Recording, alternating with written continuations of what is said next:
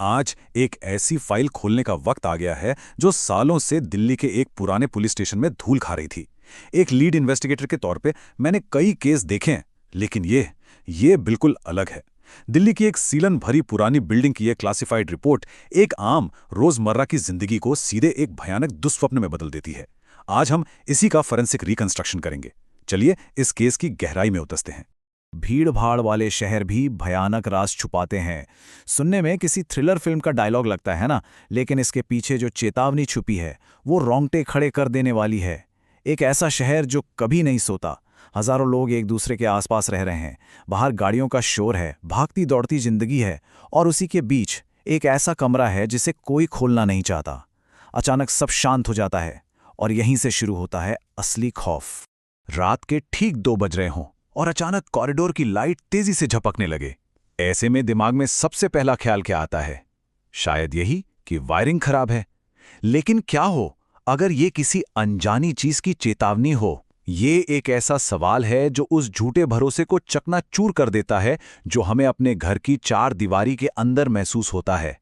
क्या वाकई कोई भी जगह पूरी तरह सुरक्षित है? सबूतों की सूची, गवाह। किसी भी केस की जड़ तक पहुंचने के लिए सबसे पहले इंसानी पहलू को समझना जरूरी है। उस रात आखिर वहां मौजूद कौन था? इस पूरी घटना में गवाहों की कमियों ने मानो तबाही का रास्ता खुद तैयार किया। मुख्य रूप से 2 लोग थे। पहला था रोहित। उसका मकसद सिर्फ सस्ता किराया था।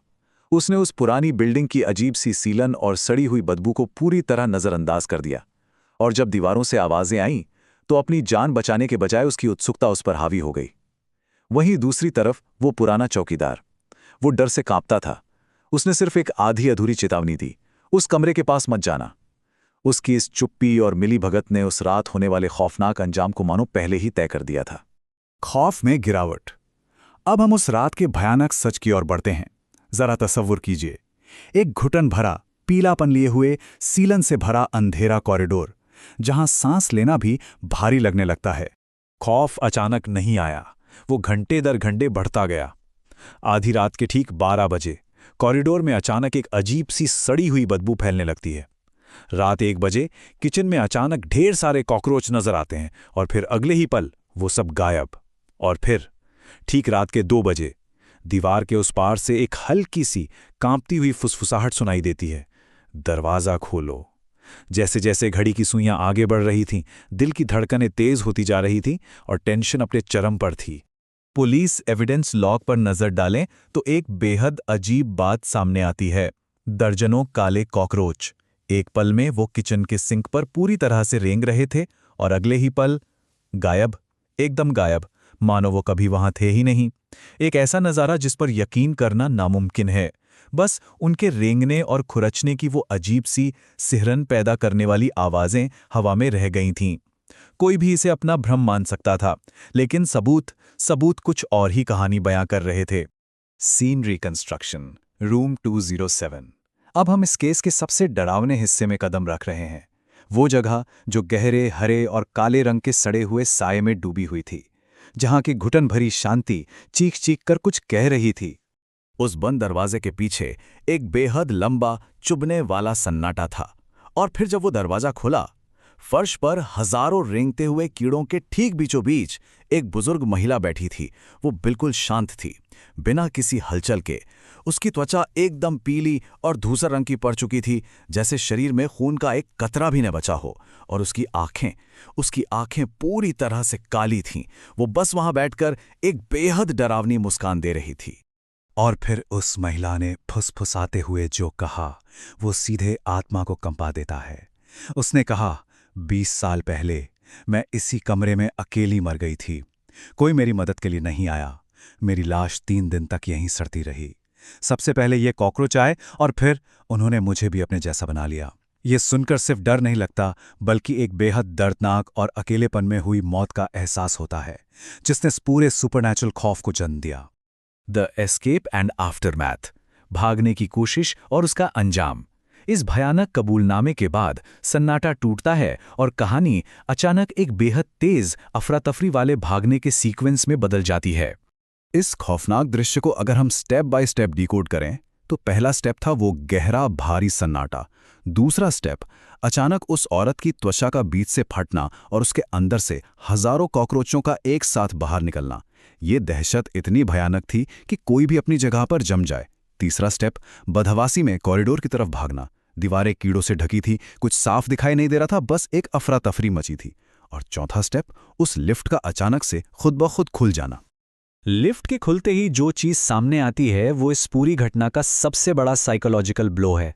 रूम 207 में जो एंटिटी थी वो डरावनी जरूर थी, पर कम से कम उसका रूप इंसान जैसा था।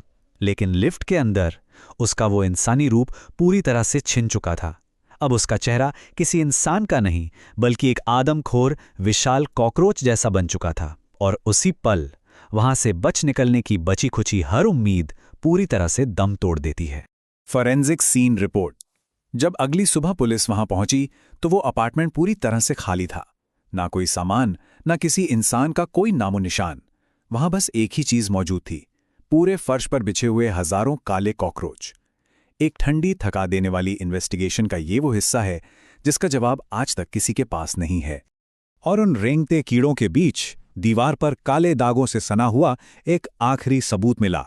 बड़े बड़े अक्षरों में लिखा था, रूम 207 भूखा है। एक खाली पड़े कमरे की ये आखिरी निशानी सच में रोंगटे खड़े कर देने वाली है।